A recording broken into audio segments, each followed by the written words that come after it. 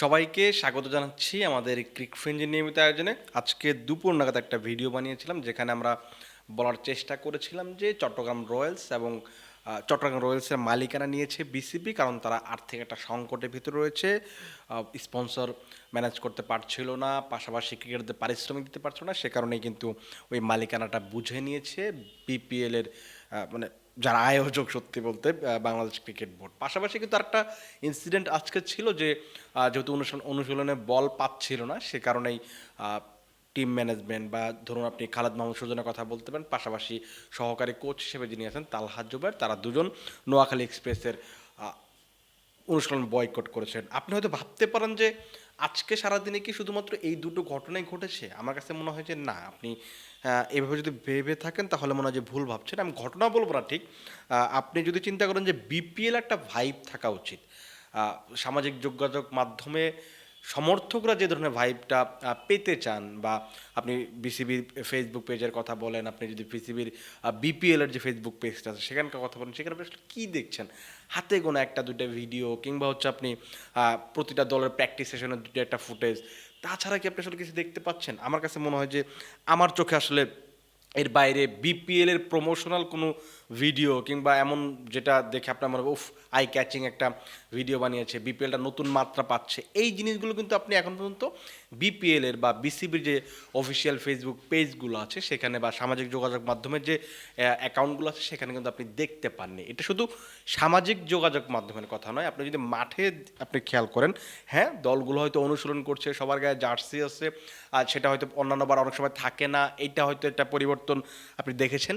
কিন্তু আরও যদি ব্যাপারগুলো একটু ভালো করে দেখেন, সেখানে আপনি যদি একটু খোঁজ নিয়ে জানা যায় যে আমাদের যারা প্রতিনিধি আছেন সেখানে আবিদ মোহাম্মদ, আদিব আশরাফ এবং হচ্ছে রবিউল ইসলাম রাজু, তারা আমাদেরকে যে জিনিসটা জানিয়েছে যে এখনো পর্যন্ত সিলেট স্টেডিয়ামে ওই বিপিএল এর ভাইবটা এখনো আসেনি। আপনি যদি চিন্তা করেন একটা ফেস্টুনের কথা বলতে পারেন, ব্যানারের কথা বলতে পারেন, বা একটা সজ্জার যে একটা ব্যাপার থাকে, সেই ব্যাপারটা এখন পর্যন্ত সিলেট স্টেডিয়ামে আসেনি। যেটা দেখা যাচ্ছে যে সন্ধ্যা নাগাদ এই যারা কর্মী আছেন, যারা কাজ করছেন, তারা চেষ্টা করছেন তাড়াহুড়ো করে কোনো না কোনোভাবে এই জায়গাগুলো ফিল আপ করার জন্য। আপনি এইটা জেনে অবাক হবেন, আজকে বিপিএলের প্রিভিউড অর্থাৎ আগের দিন -1 ডে, সেখানে নর্মালি যেটা হয় যে ট্রফি নিয়ে আপনি ফটোশ্যুট করবেন, ক্যাপ্টেনদের একটা ফটোশ্যুট হবে, একটা জাঁকজমক একটা ব্যাপার থাকবে।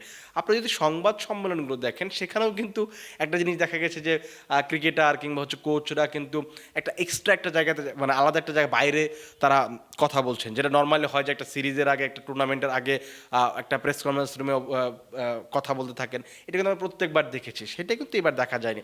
তার মানে আপনি ধরে নিতে পারেন যে একটা হযবরল বিপিএল যে হতে যাচ্ছে, বিতর্কিত বিপিএল যে হতে যাচ্ছে, সেটা একটা ইঙ্গিত আপনি আজকে থেকে পেয়ে গেছেন। এবং যখন টুর্নামেন্ট শুরুর আগে যখন এরকম একটা রাশ পরিস্থিতিতে টুর্নামেন্ট করলে যেটা হয় আর কি, সেটাই হচ্ছে। এবং টুর্নামেন্ট যেটা শুরুর আগে এই ধরনের পরিস্থিতি হলে আপনি ধরে নিতে পারেন পুরো টুর্নামেন্টটা কেমন হতে পারে।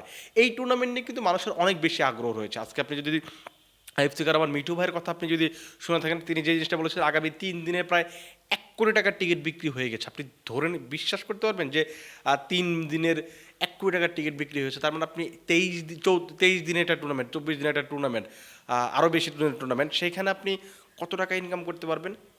সো আগ্রহ আছে, কিন্তু বিসিবি আমার কাছে মনে হয় না যে প্রপার ওয়েতে বিপিএলটা অ্যারেঞ্জ করতে পারছে। কারণ অনেক অপেশাদার অনেক কিছু আলোচনা আসছে, সেগুলো হয়তো আপনার অনেক কিছু দেখা যাচ্ছে না, কিন্তু ভেতরে ভেতরে অনেক কিছু আসলে চলছে। আপনি বিপিএল আপনি চিন্তা করেন যে এই যে এসএ T20 হবে, IL T20 হয়, বা অন্যান্য যে জিনিসগুলো হয়, একটা ভাইব থাকতো। আইপিএল হয়, আপনি 3 মাস আগে থেকে, 2 মাস আগে থেকে, অন্তত 10 দিন আগে থেকে আপনি ভালো করে জানবেন যে এই টুর্নামেন্টটা এত তারিখ থেকে মাঠে গড়াচ্ছে, কীভাবে হবে, কোন পরিস্থিতি হবে, এই জিনিসগুলো জানেন। আমার কাছে মনে হয় যে বিপিএল আরও একটা বিতর্কিত বিপিএল হতে যাচ্ছে। তারপর আমরা একটা আলোচনা করি যে বিতর্কিত বিপিএলের বাইরেও আসলে মাঠের ক্রিকেটটা যদি আগামীকাল থেকে শুরু হচ্ছে, কালকে দুটো ম্যাচ রয়েছে। সেখানে রাজশাহী ওয়ারিয়র্স খেলবে সিলেট টাইটান্সের বিপক্ষে, পাশাপাশি নোয়াখালী এক্সপ্রেস খেলবে চট্টগ্রাম রয়্যালসের বিপক্ষে।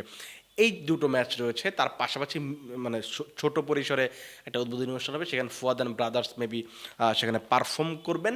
সো মাঠের ক্রিকেটটা কেমন হবে, যতটুকু প্রত্যাশা করা হচ্ছে, যতটুকু সবার কাছ থেকে শোনা যাচ্ছে, শান্ত আজকে বলছিলেন, হাবিবুল বাশার সুমন আজকে বলছিলেন যে উইকেটটা বেটার মনে হচ্ছে, কিন্তু একটা ভয় যেটা সেটা যে যেহেতু এখন শীতের মৌসুম, কুয়াশাটা একটা এক্স ফ্যাক্টর হতে পারে। আজকে আমি দেখছিলাম ফুটেজগুলো যখন আমাদের সহকর্মীরা সেখান থেকে পাঠাচ্ছিলেন যে এখনই এই 3টা-4টা নাগাদই ওই কুয়াশার একটা ভাইব চলে আসছে। তার মানে রাতের যে ম্যাচটা হবে সেখানে একটা বড় রিস্কি একটা মানে ওই ফ্যাক্টর ডি ফ্যাক্টরটা বেশ বড়োভাবে কাজ করবে। আপনি যদি চিন্তা করেন 6টা দলকে যদি আপনি, আমরা কয়েকটা দল নিয়ে মোটামুটি আলোচনা করেছি, এখন নতুন করে আসলে দলগুলো নিয়ে আলোচনা করতে চাই না। আর সেটা হচ্ছে আপনি কাকে আসলে এগিয়ে রাখবেন, কোন দলটা এবারের টুর্নামেন্টে আপনার কাছে মনে হয় যে হট ফেভারিট হিসেবে মাঠে নামতে পারে। সেক্ষেত্রে আপনি যে আপনার হাতে গোনা একেবারে পরিচিত 2-3টে দল আপনি চিন্তা করতে পারেন, রংপুর রাইডার্স, রাজশাহী ওয়ারিয়র্স এবং হচ্ছে সিলেট টাইটান্স। এর বাইরে যদি আপনি চিন্তা করেন ঢাকা ক্যাপিটালস, হ্যাঁ অলরাউন্ডার নির্ভর দল, কিন্তু তারা আসলে কনসিস্টেন্টলি পারফর্ম করতে পারবে না, সেটা একটা শঙ্কা আছে।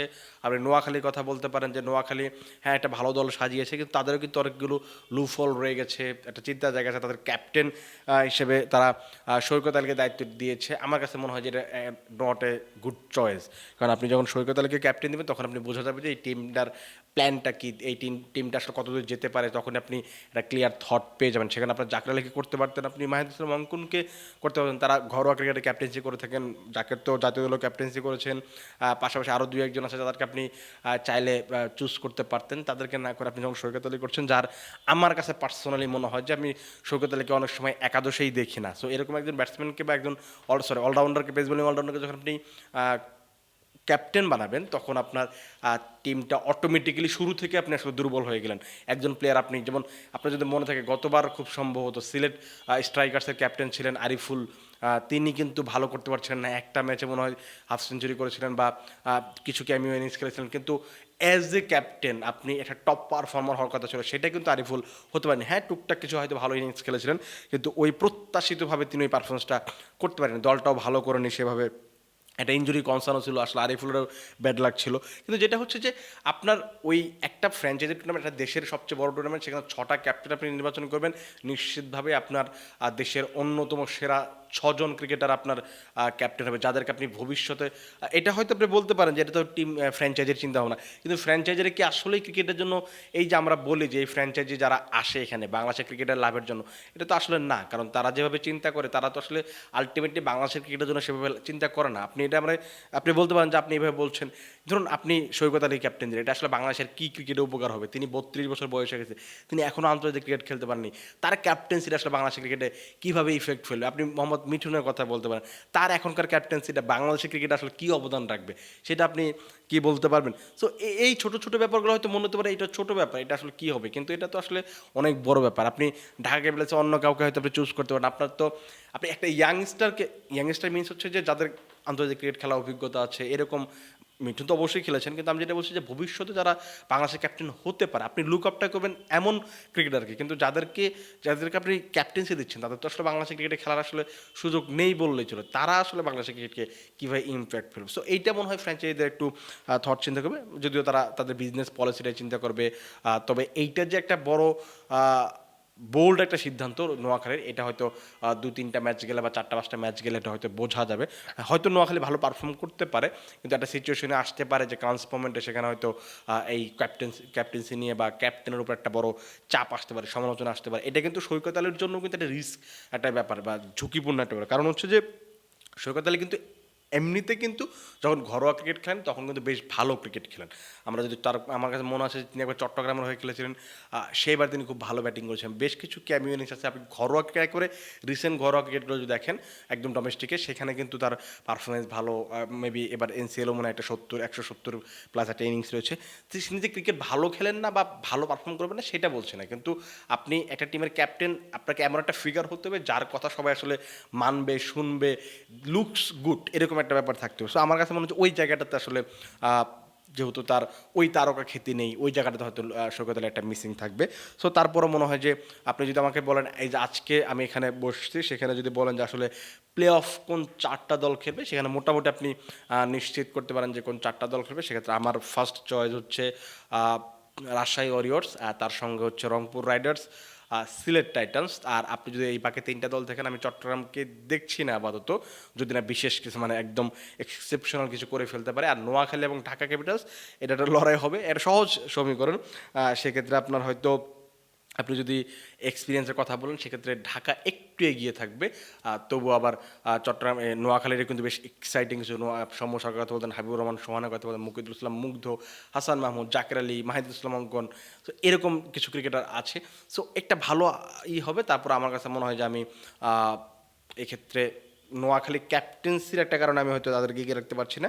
সো আমার কাছে মনে হয় ঢাকা হয়তো এগিয়ে থাকবে এখানে, এমন হতে পারে নোয়াখালী উঠতে পারে। সো আমার এই 4টা দল হচ্ছে প্লে অফে খেলবে, আমি এটা বিশ্বাস করছি। মানে স্কোয়াড দেখে মনে হচ্ছে, বা এখন পর্যন্ত তাদের থিঙ্কিং দেখে মনে হচ্ছে যে এরকম কিছু একটা হতে পারে। কারণ ঢাকার কিন্তু আপনি দেখেন মিঠুন, আপনি বলতে পারেন যে মিঠুন তো অনেক বয়স হয়ে গেছে, জাতীয় খেলার জন্য তিনি কিন্তু চিটাগং কিংসে বেশ ভালো করেছেন। তার আগে যখন তিনি সিলেটের ক্যাপ্টেন্সি করেছেন, সেখানেও তিনি ভালো করেছেন। তার ক্যাপ্টেন্সির সঙ্গে তার পারফরমেন্সটা কিন্তু গ্রোথ করে। সো ওইটা একটা ফ্যাক্টর হতে পারে। তিনি কিন্তু চিটাগং কিংসকে গতবার ফাইনালে তুলেছেন। আপনি নাসির হোসেনের কথা বলতে পারেন, লাস্ট এনসিএলে কিন্তু রংপুরের জয়ের পেছনে বেশ বড় অবদান ছিল। আপনি সাইফুদ্দিনের কথা বলতে পারেন, আপনি সাব্বির রহমান, হ্যাঁ হয়তো তিনি টাচে নেই, কিন্তু তিনি 1-2টা ম্যাচ আপনাকে জিতে দেবে, এই বিশ্বাসটা আপনি রাখতে পারেন। পাশাপাশি তার বিদেশি কালেকশনগুলো একেবারে খারাপ না। দাসুম সানাগার কথা বলতে পারেন, আপনি অ্যালেক্স হেলসের কথা বলতে পারেন, উসমান খানের কথা বলতে পারেন।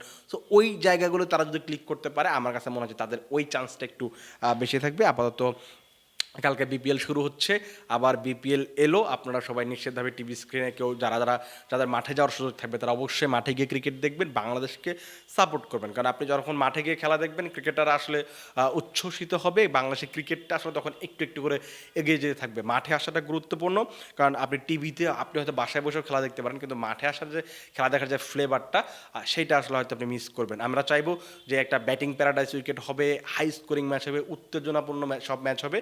দর্শকরা যারা মাঠে আসবে, তারা পয়সা উসুল কিছু ম্যাচ দেখবে, এবং এই বিপিএল দিয়ে অনেক কিছু হয়তো বিতর্ক যদি ছাপানো যায়, যদিও শুরু থেকে বিপিএল শুরু হয়েছে, তারপর বাকি সময়টাতে আমি নিশ্চিত আশা করব যে আর কোনো ধরনের বিতর্ক যেন না হয়, এবং বাংলাদেশ বিপিএলটা যেন খুব ভালোভাবে চলে। আপাতত আমার কাছে এই ছিল। কালকে চেষ্টা করবো ম্যাচ শেষে আমরা ম্যাচ নিয়ে মানে কেমন হলো, কেমন পারফর্ম করলো, কোন দল কোথায় কী করলো, ওগুলো আমরা একটু আলোচনা করার চেষ্টা করবো। আপাতত আপনারা ভালো থাকুন, সুস্থ থাকুন, এবং ক্রিক ফ্রেঞ্জির সঙ্গে থাকুন।